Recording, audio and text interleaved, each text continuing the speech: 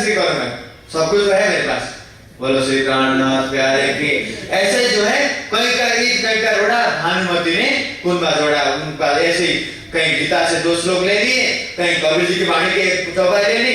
इस प्रकार के खिचड़ी पका रहे थे। जहां पर देवचंद जी गए वहां मन मानता नहीं है देवचंद जी का, और वह आगे निकलते हैं खोज करने के लिए। फिर बैरागी कापड़ी में रहे कोई दिन, जो बड़े होते हैं जो बैरागी लोग, उनके पास चले गए। बर्तन देखी तीन में परे इंद्रिय बस, मन सब इंद्रियों के बस में पड़े हुए हैं। हर रोज काजू किशमिश बादाम दूध में घोटा बना करके पीते हैं। इंद्रियों को मजबूत करने में लगे हुए हैं। दंड बैठक मारते हैं साधु संत अखाड़े में। देखा कि देवचंद जी ये तो शरीर की ही सेवा कर रहे हैं, ये आत्म की पहचान कहां से कराएंगे मुझे परमात्मा तक ये पहुंचाने वाले नहीं है। आज जाइए संसार के अंदर, प्रत्येक ज्ञान के केंद्र जो माना जाता था मंदिरों में, मंदिर वो पवित्र स्थान है जहां पर हमारे श्रद्धा और आस्था का केंद्र बिंदु है मंदिर। लेकिन मंदिर आज मंदिर नहीं रहा दुनिया के अंदर।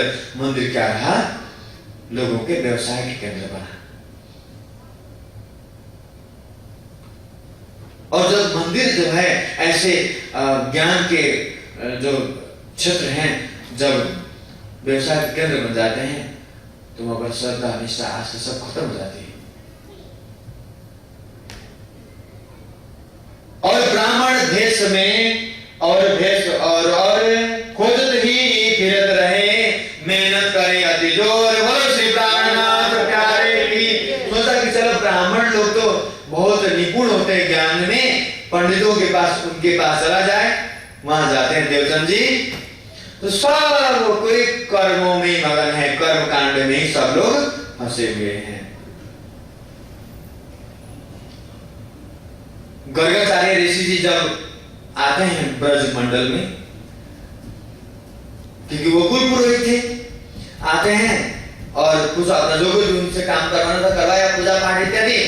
और जब भोजन उनका, क्योंकि वो उनके स्वयं भी बनाकर खाते थे, क्योंकि वो ऑयलों के बनाए हुए हम नहीं खाएंगे ऐसा उनका मानना था, तो भोजन बना करके तैयार करते हैं।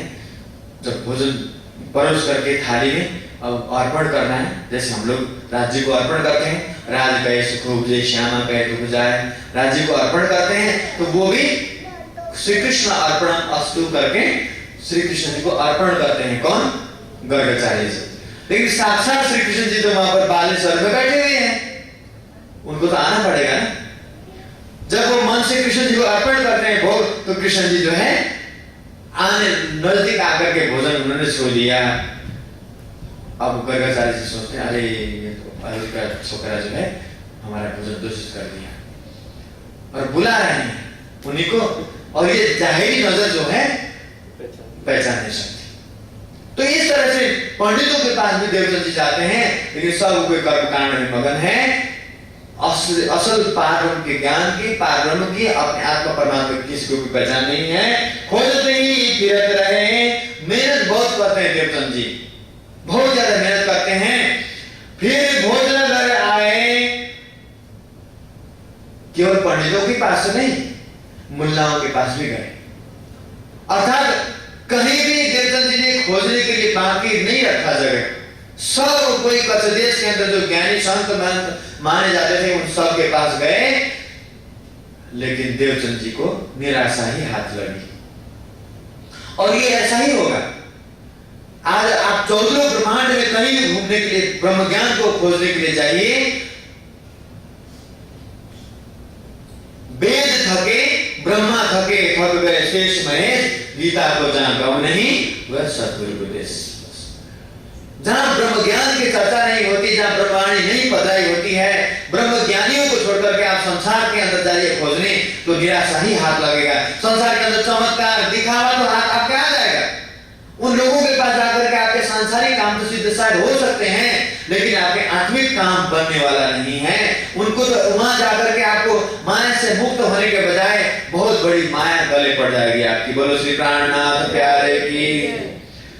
फिर भोजनगर आए 3 शहर में, और काटते काटते धक्के खाते खाते देखिए अक्षरातीत की अर्धांगिनी श्यामा जी महारानी है, और श्यामा राज्य को पाने के लिए श्यामा जी महारानी को इस संसार के अंदर कैसे दर दर की ठोकरें खानी पड़ती है। क्योंकि हमारा जो जीव है ना, वो ठोकरों से ही निर्मल होता है। हर साज में दर्द छुपा है, चोट से पैदा होता है, कब देता है दर्द दिखाई। हर साज में दर्द छुपा है। हारमोनियम में भी दर्द है ना, आवाज है, लेकिन चोट करता हूं तब आता है। तबले को चोट करता हूं तो उसमें से आवाज निकलता है। हमारे हृदय को भी जब तक चोट नहीं लगती है तब तक उस होश नहीं आता है, अकल नहीं आता है। लोग एकदम बदबस होकर के चलते हैं, अरे मुझे कोई कुछ नहीं कर सकता। जब पैर में ठोकर लगती है दर्द तब पता चलता है, वहां कांटों का चुभने का दर्द ऐसा होता है। बोलो श्री प्राणनाथ प्यारे की। अब देवचंद जी जो है चक्कर काटते काटते ठोकरें खाते खाते जो है अंत में हरिदास जी के पास पहुंचते हैं। वे थे राजा बलवी सेवक कारज आतम, सेवा पाके बिहारी की करे सखी भाव धर्म। अब वो घूमते घूमते चक्कर काटते काटते हरिदास जी के पास आते हैं, और वो हरिदास जी राधा बल्लभी संप्रदाय के थे। राधा बल्लभी, राधा यानी राधा जी हो गई, और राधा के बल्लभ कौन है? श्री कृष्ण जी। कृष्ण जी के भक्त जो है हरिदास जी थे, और ये हरिदास जी कौन है ये पहचान करना है। जो हरिदास जी के बहुत ही चर्चा भारतीय साहित्य में आती है। जो वृंदावन में हरिदास जी थे, गुरु हरिदास संगीतज्ञ थे। आप लोगों ने सुना होगा भारत के अंदर सबसे सुप्रसिद्ध संगीत गायक भारत में हुए हैं तानसेन। तानसेन का नाम सुना होगा आप लोगों ने। तानसेन अकबर के समय का बहुत बड़ा संगीतज्ञ है। तो वो तानसेन को जो है उनके पिताजी वृंदावन लेकर गए थे, और वहां गुरु हरिदास जी जो है अपने आश्रम के बाहर बगीचा के बीच में सितार तानपुरा हाथ में लेकर के रागों की जो है आलाप करते हैं। तो उसको सुन करके जो है वो तानसेन छोटा सा बच्चा था, वो भी साथ साथ में बोलते हैं। जब उनकी आवाज में जो कशिश थी ना आवाज में, वो सुनते हैं तो हरिदास जी कहते हैं कि ये जाकर आगे भविष्य में जो है बहुत महान बनेगा। वो कहते हैं कि मुझे ये दे दो। तो पिताश्री के को जब कहा तो तानसेन को वहीं पर छोड़कर आ गए। तो तानसेन हरिदास जी के पास संगीत सीख करके भारत के जो है संगीत के सम्राट वो बन गए। और वो हरिदास जी के शिष्य जो है ये हरिदास जी हैं, जो भोजनगर में धर्म प्रचार करने के लिए, कृष्ण भक्ति का अमृत पान लोगों को कराने के लिए, प्रचार कराने के लिए वृंदावन से उनको गुजरात अथवा वहां कच्छ में भेजा गया था। तो इस हरिदास जी के पास देवचंद जी महाराज पहुंचते हैं। रहे जिनकी सेवा बांके बिहारी की करे सतिभाव धर्म। बांके बिहारी की जो सेवा है अपने आप को उनकी अर्धांगिनी समझकर मानकर सेवा करते थे। रहे जिनकी सोबत में देखी सेवा अति प्रेम। बांके बिहारी की सेवा कैसे करते थे हरिदास? बहुत भाव से। और वो वृंदावन में जगह जगह आप लोगों ने देखा होगा कि वहां पर पुजारी लोग महिलाओं के वस्त्र पहनते हैं, नाक में नथनी, कानों में कुंडल, है ना, सब कुछ लेडीज के वस्त्र धारण करके है। तो ये वास्तविक रूप से देखा जाए तो ये दिखावा प्रतीत होता है। जब तक दिल अगर अर्धांगिनी का भाव नहीं लेगा, दिल हमारा अंगना के भाव नहीं लेगा, तो बाहर शरीर को रंगाने से क्या होगा? मारा फेर तो जगह हुआ, फिरा न मन का फेर, कर का मन का फेर के, मन का फेर। मारा तो कर में फिरे, मारा के दाने हाथ कर में फिरते हैं। मारा तो कर में फिरे, जीव फिरे मुख माही, मनुआ तो 24 फिरे। ये तो सुमरन है। माना हाथ में फिरता है और जुबान जो है कृष्ण कृष्ण कृष्ण करके अंदर मुंह में फिरता है, और मन जो है 14 ब्रह्मांड में फिरता है। तो ये सुमरन, ये भक्ति नहीं हुई। तो फिर भी तो हरिदास जी की जो है भक्ति भाव जो है कुछ विलक्षण थी, अलग थी और लोगों से। तो उनके भक्ति भाव को देख करके देवचंद जी को थोड़ा सा जो है आत्म साक्षी देती है कि देवता जी क्या सोचते हैं, इनकी मैं सेवा अगर करूं, ऐसा नहीं सोच रहा कि अब मैं इनसे ज्ञान लेकर के मैं बहुत सारे से पार हो जाऊंगा। क्या सोच रहे हैं, ज्ञान को प्राप्त करने के लिए क्या करना पड़ेगा, विदाउट पेन नो गेन। किसी से कुछ प्राप्त करना है, कुछ तो देना पड़ेगा ना। किसी को अपने बस में करना है तो पहले उसका होना पड़ता है। दिल अपना दे, उनका लीजिए, ये भी जो चरणों में पहुंचाए। किसी का दिल अगर सोचते कि कोई, आप चाहते हैं कि मेरे से वो अच्छा व्यवहार करे, तो मुझे भी अच्छा व्यवहार करना पड़ते हैं।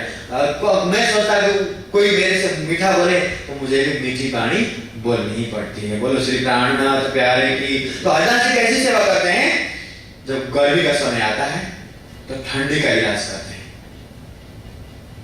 बाकी बिहारी बालकों की सेवा करते थे, तो गर्मी की ऋतु आती है तो वो ठंडे की इलाज करते हैं। भोजन भी वैसा ही और बाल वस्त्र भी वैसा ही उसी तरह से सेवा करते हैं। और जब जाड़े का मौसम आता है तो गर्मी का इलाज करते हैं। पहले से सोचते हैं कि अब इतने दिन में गर्मी होगी तो पहले से मुझे सामग्री तैयार करके रखना है। तो ऐसी ये सेवा भी जो है देवचंद जी की, हरिदास जी की सांस बड़ी देख करके, सेवा में सच्चापन देख करके, सेवा में जो लगन जो उन्होंने देखा, तो देवचंद जी ने सोचा कि इनकी मैं सेवा करके इनसे ज्ञान ग्रहण करूंगा, इनकी मैं सेवा करूं, वस्त्र ग्रहण इनसो। अब इनकी जो सेवा करूंगा तो इनसे मैं जिस वस्तु को पाने के लिए मैं घर से निकला हूं उसको मैं प्राप्त कर लूंगा। तब लगे सेवा करने, रहे इनकी सोबत वो, सेवा करने लगे। सेवा का अर्थ बताया है ना सुंदर जी, वहां पर बाहर एक बैनर में लिखा है, नहीं कोई इन सेवा समान जो दिल संकुल करे पहचान। इस माया के अंदर मान लीजिए परिवार के अंदर हम हजारों लाखों खर्च करते हैं, ठीक है, परिवार के भरण पोषण में, परिवार के देखभाल में, जो डेली जो जरूरियात को पूरा करने के लिए हम जो हजारों रुपया हमसे निकलता है, ज्यादा व्यय हो जाता है, उसकी कोई गिनती नहीं होगी। राजी महाराज ने आपको जो जिंदगी दी है, मान लीजिए कि आप 70 वर्ष तक रहेंगे और आपने 40 वर्ष की उम्र में तात्म ज्ञान पाया, मान लीजिए सपोज, तो कितने रहे 30। वो 40 वर्ष जो आपने बिताया बिना तात्म ज्ञान, बिना राज्य की पहचान, उसकी कोई गणना नहीं होगी। जो राज्य के चरणों में आपने बिताया भाव से, उसकी गणना होगी। और माया के अंदर हम लाखों अरबों करोड़ों रुपए खर्च करते हैं, उसकी कोई हिसाब नहीं होगी। राज्य के चरणों में एक भी रुपया आप समर्पण करते हैं, उसकी हिसाब हो सकती है। बोलो श्री प्राणनाथ प्यारे की, उसके हिसाब है। लेकिन माया के अंदर जो भी हम करते हैं, कोई हमें राज्य ने 80 साल की उम्र दी है, मान लीजिए, तो 80 साल की उम्र दी है एक तरफ से, और राज्य महाराज न्याय के दिन में हमसे हिसाब मांगेंगे, तुमको मैंने इतनी उम्र दी थी, इतनी उम्र में तुमने मुझे कितनी याद किया। जवाब पूछा जाएगा उस समय, आज तो हम किसी तरह से टाल देंगे, अरे कल याद कर लेंगे, लेकिन वहां बहानेबाजी नहीं चलेगी।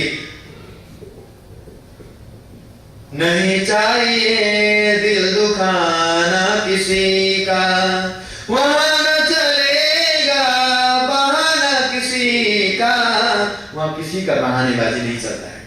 आज तो यहाँ कोई भी काम बनाने के लिए रिश्वत देकर के भी कर सकते हैं, लेकिन न्याय के दिन में तब कोई नहीं किसी के संग दुख सुख लेवे अपने अंग। न पत्नी साथ देगी, न बच्चे साथ देंगे, न माता पिता साथ देंगे, न परिवार के लोग साथ देंगे। पत्नी भी साथ निभाएगी तो केवल मकान तक, मेरी अर्थी जब उठेगी तो पत्नी जो है बस आगे तक साथ देगी। बेटा भी हक निभाएगा तो अग्निदान तक अग्निदान देगा बेटा। परिवार के लोग साथ निभाएंगे स्मशान तक। इससे तो आगे भजन ही है साथी, धनी के भजन बिना तू अकेला रहेगा। धनी के भजन बिना, उनके प्रेम के बिना, उनके ज्ञान के बिना, उनके प्रति समर्पण के बिना तो हम कोरे कोरे रह जाएंगे। बोलो श्री प्राणनाथ प्यारे की। तो इसलिए अब देवचंद जी ने सोचा कि इनकी सेवा करूंगा तो मुझे ज्ञान मिल जाएगा। देखिए कौन सेवा करने वाला है यहाँ। देवचंद जी के चरण में कौन है? श्यामा जी महारानी हो के अक्षरातीत के अर्धांगिनी अब यहाँ माया के संसार के लोगों की सेवा करने जा रही है। कितनी दर्द की बात है। ज्ञान को प्राप्त करना है इसीलिए सेवा करने जा रही है। और सच पूछा जाए तो ये जरूरी नहीं है देवचंद जी, उनको क्या वो उनका जीव इतना कठोर था इसीलिए उनको निर्मल बनना है। उनका जीव तो देवापी का जीव था और कई वर्षों से पूर्व जन्म का तपस्वी था, हृदय निर्मल था, तभी ना श्यामा जी बैठी है। तो क्या जरूरत थी ये सब भटकने की? उनके लिए नहीं था, हम लोगों के लिए। हम लोगों को ऐसे सुंदर साथ जी राज्य तक पहुंचने के लिए ऐसे कसौटियों से तुम गुजरना पड़ेगा, तो वो हमको बता रहे हैं। राजी महाराज देवचंद जी को दृष्टांत बनाकर हमको भी सेवा के रास्ते से, समर्पण के रास्ते से गुजरने के लिए प्रेरित कर रहे हैं। सोचिए देवचंद जी के जीव को आप निर्मल बनने की क्या जरूरत है? तो पूर्व जन्म की तपस्या से ही निर्मल हो चुका है, जिसके कारण श्यामा जी दिल में बैठी है। इन ठिकाने आए के आत्म पायो करार, हरदास जी के चरण में आकर के आत्मा को तसल्ली मिलती है। यहाँ अब मुझे यहाँ कुछ मिलेगा, लगेगा कुछ अब मुझे यहाँ मिलेगा। ये सात चोटी देख के करने लगे विचार। हरदास जी की सच्ची लगन देख करके अब देवचंद जी विचार करने लगते हैं। नित्यानी चर्चा सुने जाए बैठे सोबत, जब ये मर्दू में सुनी धाय के आए तीत। अब जब देवचंद जी हरदास जी तो पहचान लिया ना देवचंद जी को, ऐसे देखा अरे ये तो पहले भी आए हैं, ये तो मधुमेता जी के पुत्र हैं। कहते अरे कहो बेटा कैसे आना हुआ? उन्होंने बता दिया मैं तो परमात्मा की खोज में निकला हूं। तो वो गुरु हरदास जी ने सोचा कि पिताजी परेशान होंगे, तो चुपके से उन्होंने चिट्ठी लिखकर भेज दिया कि देखो तुम्हारा पुत्र जो है यहाँ से कहीं हटने वाला नहीं है, सबसे बढ़िया रहेगा तुम उम्र को छोड़ करके यहीं पर माइग्रेट कर लो। तो पुत्र के साथ रहोगे तो अच्छे रहोगे।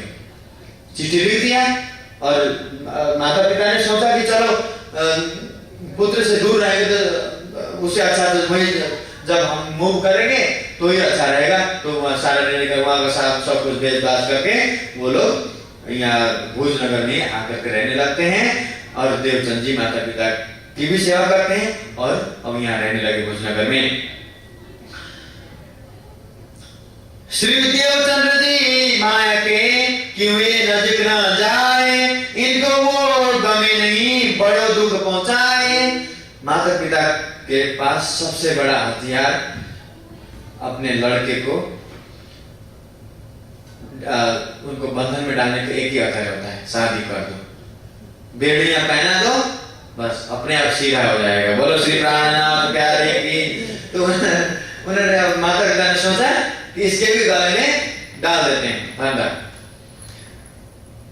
उन्होंने अब पहले के जमाने में क्या था कि पता ही नहीं चलता है, जिस दिन मंडप में आना है तभी जो है, आपको मैं बताऊं यूपी में रतनपुरी में पत्नी के पति जो चेहरा भी दिखा नहीं होता, 3-4 बच्चा पैदा हो जाते हैं। बोले श्री प्राणनाथ प्यारे की। हमेशा घूंघट में रहते हैं। तो देवचंद जी को पता ही नहीं है कब पिताजी ने सब कुछ रिश्ता तय कर लिया था। रिश्ता तय कर लिया, अभी सबसे बड़ा अच्छा यही मौका है कि इस देवचंद जी को बस शादी कर दो तो मेरे बस में आ जाएगा। माता पिता के सोचते कि इसको शादी कर देंगे तो हमारे बस में आ जाएगा, लेकिन देवचंद जी का किसी तरह से माया में मन लगता ही नहीं है। हरिदास जी की सेवा करें मनसा बाचा करम, कछु स्वप्न ल्यावही रहे आत्म के धर्म। हरदास जी की सेवा करते हैं, बैठी अंदर श्यामा जी महारानी है और देवचंद देवचंद जी सेवा करने में, छोटी छोटी सेवा करने में झिझकते नहीं है। जैसे सेवा में कुआं से पानी भरना, उनके जूठे बर्तन करना। लेकिन अक्षरातीत की अर्धांगिनी है, कहां जाकर के जूठा बर्तन कर रही है? हमें कितने मुफ्त में सहज में मिला हुआ है। श्यामा जी महारानी जूठे बर्तन को कर रही है, वहां पर भाषण बोल रही है। देख सांचे हरिदास जी को, इनको मन में देव नाम सुमरन। उस समय के जमाने में गुरु इतने जल्दी शिष्य को मंत्र नहीं दिया करते थे, लेकिन आजकल विपरीत है।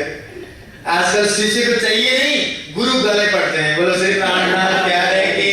और कोई मोटा शिष्य है और वो अमेरिका में रहने वाला है, कनाडा में रहने वाला है, तो इसको तो जल्दी पहले शिष्य बना लो, तो मेरा सारा जो है काम चलता रहेगा, बनता रहेगा। बोलो श्री प्राणनाथ प्यारे की। शिष्य को चाहिए नहीं, गुरु पीछे पड़ जाते हैं ज्ञान देने के लिए। कलयुग में बिल्कुल उल्टा है। तो हरिदास जी क्या सोच रहे हैं? देवचंद जी ने अभी ज्ञान के लिए पूछा नहीं है, वो सोचते कि इनकी सेवा करूंगा तो मुझे ज्ञान मिल जाएगा। तो अब देवचंद जी सेवा में मगन होने लगे, तो ऑटोमेटिकली देवचंद जी की सच्ची लगन को देख करके हरिदास जी के मन में स्वतः आ गया कि देवचंद जी जो है ज्ञान का पात्र है, इसको ज्ञान दे देना चाहिए।